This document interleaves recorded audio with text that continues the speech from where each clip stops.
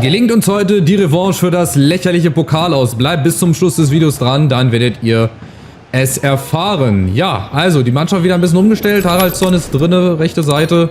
Larsson im Mittelfeld. Neues Innenverteidiger-Duo mit Orel Amenda und Tuta.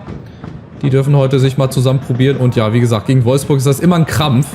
Es sind immer sehr wilde, sehr spektakuläre Spiele. Und natürlich auch sehr, sehr torreiche Spiele. Apropos torreich, Boniface. Hätte den Torreihen geöffnen dürfen, aber dann auch wieder nicht, weil er war im Abseits. Schade. Geht auch hier schon mal schnell los. Und klar, also wer das Pokalspiel gesehen hat, das Elfmeterschießen alleine, ey, die letzten beiden Schüsse von Wolfsburg, die waren halt einfach lächerlich, weil ich halt schon in der Ecke war. Deswegen wurmt mich das Pokal aus immer noch so ein bisschen. Aber gut, wir können es jetzt nicht mehr ändern. Bleibt noch die Champions League und natürlich die Liga. Wo wir auch so viele Punkte holen müssen wie möglich. Im besten Fall werden wir dann Deutscher Meister. Es ist ja sehr, sehr spannend. Also so viele Mannschaften oben mit dabei hätte ich ja nicht gedacht. Und wir schon wieder vorne über Meier. Oh, schon wieder abseits. Hä? Aber wahrscheinlich wird das auch wieder stimmen. Natürlich. Auch diese Entscheidung stimmt wieder.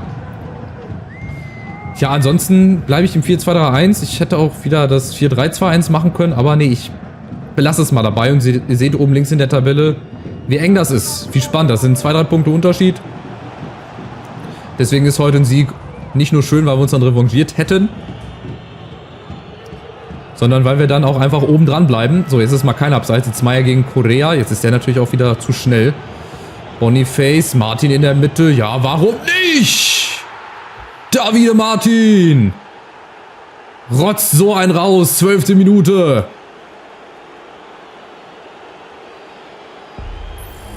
Schade, warum habe ich den nicht im Pokal spielen lassen? Aber gut. Da habe ich mich damals, weißt du, vor 100 Jahren, habe ich mich an anders entschieden. Und jetzt zeigt Martin, warum es so wichtig gewesen wäre, ihn spielen zu lassen. Aber egal, wir führen jetzt 1-0. Martin auch schon mit seinem 8. Tor in seinem 8. Spiel. Das ist mal eine überragende Quote. Und das ist wichtig. Ich glaube, wenn du früh gegen Wolfsburg mal in Führung gehst, die haben halt auch ihre 4-3-3, die pressen auch immer vorne zu. Aber ich kriege das ja ganz gut hin jetzt mittlerweile. Das hinten rausspielen und ja, auch unter größtem Druck. Das musst du einfach so machen, weil ansonsten läufst du halt nur hinterher.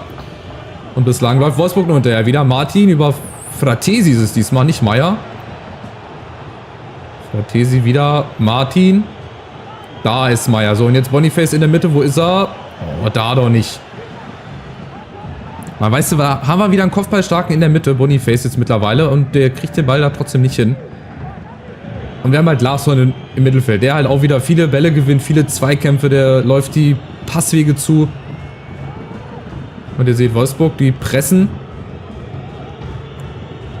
Und wir verschieben einfach. Wir verschieben. Ich versuche mir irgendwie hier Stück für Stück einen Weg nach vorne zu bahnen. Jetzt mal Amenda. Treibt ein bisschen an. Shaibi, komm. Unten Meier läuft mit. Ja, sehr gut. Wie im Training hier mittlerweile. Ganz cool und lässig. Was macht Meier denn da? Der sollte zu Shaibi zurück. Ja, wenn sie wieder 10.000 Jahre brauchen, um sich vom Ball zu trennen. Das ist dann halt ein bisschen schade. So, und die Wolfsburger bislang halten wir gut weg von unserem Tor. So, will er wieder zurückspielen. Da ist die Lücke dann natürlich da. Die finden überall eine Lücke. Also da brauchst du dir gar keine Sorgen machen. Die finden überall eine Lücke. Aber wir pressen und wir holen uns die Bälle. Sehr gut. Amenda. Boniface. Haraldsson hinterläuft. Ja, der kommt auch ran. Oh, unten Shaibi. Das wäre natürlich ein Ding gewesen. Schade. Aber es sieht momentan gut aus. Bis dann kommt Wolfsburg Gott sei Dank noch nicht so in den Flow rein. Aber muss ja nichts heißen. Muss ja nichts heißen. Lovro Meier hier, der weiß nicht wohin. Und Haraldsson ist dazwischen. Dazwischen. Deutsche Sprache, schwere Sprache. Dazwischen ist er. Und jetzt kommt mal Paredes. Achtung gegen Tuta. Der wollte sich gerade schon wieder fallen lassen. Das hätte dann fast Elfmeter gegeben. So, Vorsicht im Strafraum wieder. Mit 10 oder 15 Mann. Larsson. Oh, der war doch schon dran. Der war da auch schon dran. Meier ist dazwischen. Das ist kein Foul. So.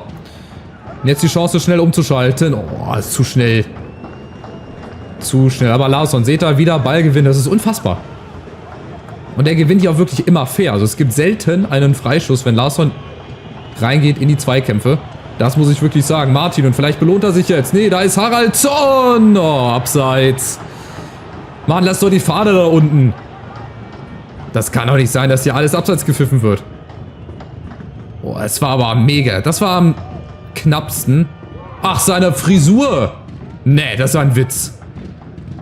Oder ein Stück von seiner Stirn. Warum hat er so eine große Stirn? Schade, so ein 2-0 kurz vor der Pause, das wäre natürlich überragend. Das ist super. Aber ihr seht... Oh, faul. Für nix.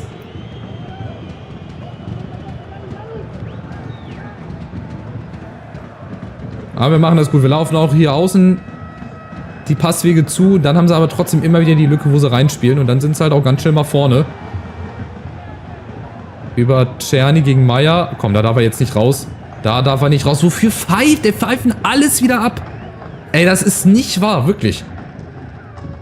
Der steht einfach nur da. Er fährt den Fuß einmal aus. Direkt. Also das müssen sie auch schleunigst verändern. Dass hier nicht jeder Kontakt gleich gepfiffen wird. Also dass mal auch ein bisschen was laufen gelassen wird. Apropos laufen. Boniface kann laufen und der hat Platz und der ist schnell. Schneller als Paredes. Schneller als Cesiger. Oh, nee. Aber nicht so schnell. Das war ein bisschen zu optimistisch. Aber ich habe gedacht, der ist halt da einfach auch schon ein bisschen schneller. Dann hätte er sich den nicht so weit vorlegen müssen.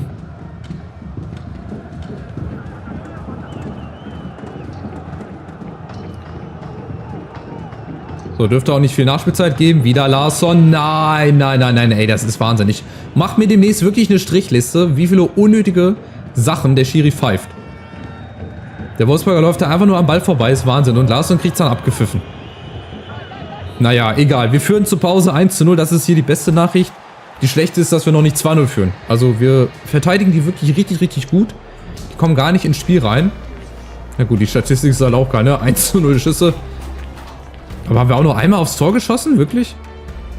Ich dachte, das wäre mehr. Okay, die Abseits-Dinger, die zählen natürlich nicht mit dazu, ne? So, ich überlege, ob ich hier mal einen Kunku reinbringe. Frische Kräfte. Larsen, gut, der hat noch. Nagalo. Mamouche, Chukwueze. Also wie gesagt, wir haben auch eine gute Bank. Das ist gar keine Frage. Wir müssen einfach im Winter auch nochmal nachlegen. Zur Not, um den Kader einfach nochmal ein bisschen aufzufrischen oder ein bisschen aufzustocken.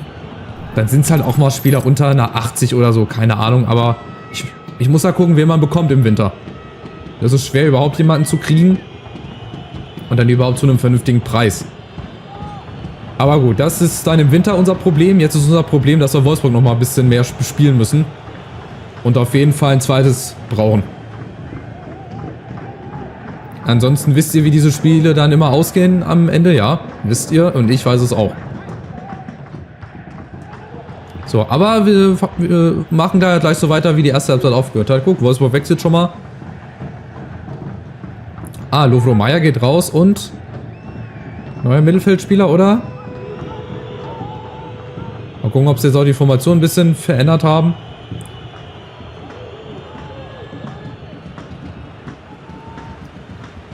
Noch ein bisschen Platz für Cardiolo. Gomez ist reingekommen, okay. Cardiolo, mal wieder der Seitenwechsel. Alles schön und gut, da muss Wolfsburg mehr laufen. So, jetzt mal die Chance zu hinterlaufen. Chaibi und Kunku, nein. Jungs, aber auch die Bälle, die müssen einfach ein bisschen besser gespielt werden, wirklich. Da bleibt mir fast wieder meine Stimme weg. Wenn ich diese Bälle da sehe. So, ein Kunku unten. Schöner Ball. Schöner Ball mal, der versucht durchzulaufen. Oh, und dann in den Rücken. Ja, wir werden jetzt auch ein bisschen zu ungenau, leider. Jetzt findet gerade das Spiel so im Mittelfeld statt. Es ist so ein Dahingeplänkel, aber wir führen. Das ist dann unterm Strich gut. Und wenn wir das hier halten, wenn es dann 1:0 ausgeht, dann bin ich zufrieden. Aber wir werden noch die eine oder andere Chance auf jeden Fall kriegen. Scheibi. Flatese. Ja, immer wieder rein in die Lücken. Auch mal in den Strafraum rein. Wir kriegen ja auch Freistöße oder auch Elfmeter. Jetzt kriegen wir in dem Fall leider nicht den Eckball. Aber im Pokal zum Beispiel haben wir ja gesehen. Schönes Freistoßtor da von Chukwueze.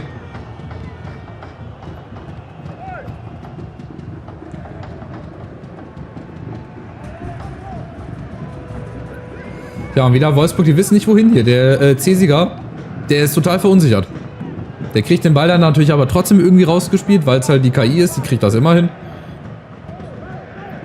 Paredes, Cardiolo. Oh, Mann, nicht abgepfiffen, obwohl das ein härterer Zweikampf war. Ich werd verrückt. So, jetzt ist aber auch das Problem, dass Wolfsburg das gut zustellt. Egal, wie schnell wir das hier machen. Haraldsson und ein Cardiolo kommt mit. So, jetzt mal Boniface. Wo ist er? Da winkt er. Zweiter Pfosten, dann kriegt er den. Oh, aber so nicht. Aber Chance lebt noch über Fratesi. Natürlich. Auch wieder abgeblockt. Warum auch nicht. Aber immerhin mal ein Eckball. Ja, Chukwueze mal auf die linke Seite. Warum nicht? Obwohl, den würde ich gleich nochmal umstellen. Ich wechsle auch gleich noch mal Larsen vorne rein. Jetzt kommt aber erstmal Fratesi für Boniface. Ja, okay. Der Kopfball war leider auch nicht gut. Also, machen wir Chukwueze rüber. Dann kann Haraldsson rechts hin. Vorne Larsen. Und ne, am Ende lassen wir auch mal durchspielen. Der muss sich ja auch mal ein bisschen verbessern. Der muss ja auch mal ein bisschen stärker werden. Und das wird er nur, wenn er auch mal spielt. Nochmal durchspielt, 90 Minuten lang. So, nächste Chance für den VfL jetzt mal. Über Gomez, Fratesi kommt nicht ran. Oh, aufgepasst. Guter Ball, Tuta. Oh, nee. Hä? Was macht Tuta denn da? Ich wollte eigentlich grätschen. Oh Mann, ey, hab ich da wieder einen Suff. Ja, aber gekonnt übers Gehäuse gelupft. Also, wenn man so tut, als wäre das gewollt, dann sieht das immer gut aus. Aber Achtung, Haraldsson ist da, ein Kunku. Und oben Chukwueze, ja, kriegt er nicht. Auch ein bisschen riskanter rausgespielt. Amenda, so, jetzt vielleicht mal ein bisschen Platz. Haraldsson. Braucht irgendeine Anspielstation. Martin. Oh, Fratesi, jetzt ist das ein arges Gegurke hier. Oh, Achtung, die Chance. Volpato! Und aus dem Nichts spielt erstmal Ramalama Ding Dong. Und dann auch der Ausgleich. Wirklich wieder, weil wir den Gegner zum Tore-Schießen einladen. Hier macht Tuta den falschen Schritt. Ja, und der Ball ist dann halt auch nicht zu halten, weil die gehen immer rein. Sowas Unnötiges, weißt du? Weil dieses Scheiß hinten rausgespielt, klar klappt das in 9 von 10 Fällen. Dann geht es aber einmal nicht gut. Und dann, ja, haben wir den Salat. Und genau das ist halt immer wieder das große Ding bei uns. Wir müssen das zweite Ding machen, weil wir werden selten zu 0 spielen. Das ist halt einfach so. Wir werden selten zu 0 spielen. Das heißt, wir brauchen vorne immer mal 1, 2 Tore mehr. Doron gegen Marti. Genau, Junge. Das ist der Einsatz. So ist es. Und jetzt müssen wir uns damit belohnen eigentlich. Da ist Haraldsson. Haraldsson. Aber genau das ist es, ey. Gretchen, auch mal Glück haben, dass das nicht abgepfiffen wird. Genauso wie hier. Nächste Chance, Haraldsson. Schade, schade. Aber da brauchst du ins 1 gegen 1 brauchst du gar nicht gehen. Weil die Zweikämpfe verlierst du immer.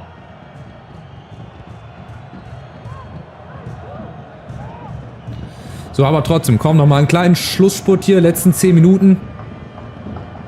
Vielleicht fällt ja doch noch irgendwie eine Chance vom Laster. Vielleicht lädt uns Wolfsburg ja auch doch nochmal ein. Zum Tore schießen. Oh, C-Sieger gegen Larsen. Das zum Beispiel, dass die damit auch immer durchkommen. Immer. Okay. Will gerade niemand hin. Gomez gegen Fratesi. Ja, Fratesi muss da ran. Genau so. Mamouche ist jetzt mittlerweile drinne. Er könnte also seinen Ex-Kollegen auch nochmal hinten einen reinstümpen. Warum nicht? Mamouche gegen Bornau. Komm, der ist deutlich schneller. Mamouche im Strafraum. Chukwueze lässt sich fallen. Chukwueze. Oh, aber so nicht. Da hätte ich mir den linken Außenriss gewünscht. Da hätte ich mir den linken Außenriss gewünscht. Aber gut, weiter geht's. Komm, wir haben jetzt nochmal eine kleine Drangphase. 90. Haben wir auch schon mal häufiger gemacht hier. Tore in letzter Sekunde. Warum nicht? Larsen, Außen und Nkunku. Und Nkunku machen wir alleine. Ja, machen wir alleine. Und Nkunku schießt doch. Er schießt einfach nicht. Warum nimmt er den nochmal an, Junge? Schießt doch direkt. Oh, das gibt's nicht, ey. Das wäre das 2-1 wahrscheinlich gewesen. So leider nur ein Unentschieden, was halt auch einfach wieder 2 verlorene Punkte sind. Also hier darfst du heute nicht Remis spielen. Hier musst du heute eigentlich gewinnen. Aber wenn man die Tore nicht macht am Ende, dann ist man halt selber schuld. Schade. Ja, irgendwie, weiß ich nicht. Das 1-1 fühlt sich auch wieder wie die Niederlage an. Aber selber schuld. Wir haben am Ende nochmal Chancen gehabt. Gut, ich meine, wenn ein Nkunku halt da einfach nicht schießt, also mehr als auf Schießen drücken geht nicht. Mehr kann ich nicht machen. Und ich glaube, wenn er da direkt geschossen hätte, dann wäre das wahrscheinlich auch ein Tor gewesen. Dann hätte er den, glaube ich, noch reingemacht. Aber egal, hilft jetzt nichts. Wir haben einen Punkt geholt. Jetzt spielen wir in der Champions League gegen Sturm Graz. Das müssen wir auch gewinnen. Mal gucken, mit welcher Truppe. Ich denke mal, so arg viel verändern werde ich nicht. Wir gucken aber jetzt nochmal kurz hier drauf. Also klar, wenn wir das gewinnen, haben wir 6 Punkte. Dann sind wir wieder voll drin im Rennen, weil Sevilla und der AC Mailand sich die Punkte gegenseitig nehmen. Natürlich im besten Fall gewinnt Sevilla nochmal. Da sind die nämlich erstens durch. Und zweitens haben wir dann die Chance auf Platz 2. Und das Ding wieder in der eigenen Hand zu haben. So, Bundesliga sieht folgendermaßen aus. Gut, ihr seht selber. Das sind 2 Punkte von Platz 5 bis Platz 1. Leverkusen hat auch nur 4 Punkte Rückstand, also sind voll im Soll. Union Berlin, die sind da so ein bisschen fehl am Platz. Da weiß ich nicht so recht, was die da oben machen. Klar, unten Paderborn immer noch nicht gewonnen. Der erste Sieg kommt bald, dann Augsburg, die Kölner, Gladbach und so weiter. Also es bleibt nach wie vor sehr, sehr spannend. Der Kampf vom Europa-Abstiegskampf oben, ganz, ganz eng zusammen. Das wird noch richtig haarig. So, seid dabei gegen Sturm Graz, wenn wir hoffentlich den 2. Sieg holen. Wenn euch der Part gefallen hat, lasst gerne einen Daumen nach oben da. Wenn ihr mehr Videos von meiner Karriere sehen wollt, dann lasst auch gerne ein kostenloses Abo da. Und dann sehen wir uns gegen Sturm Graz wieder. Macht's gut. Ciao, ciao.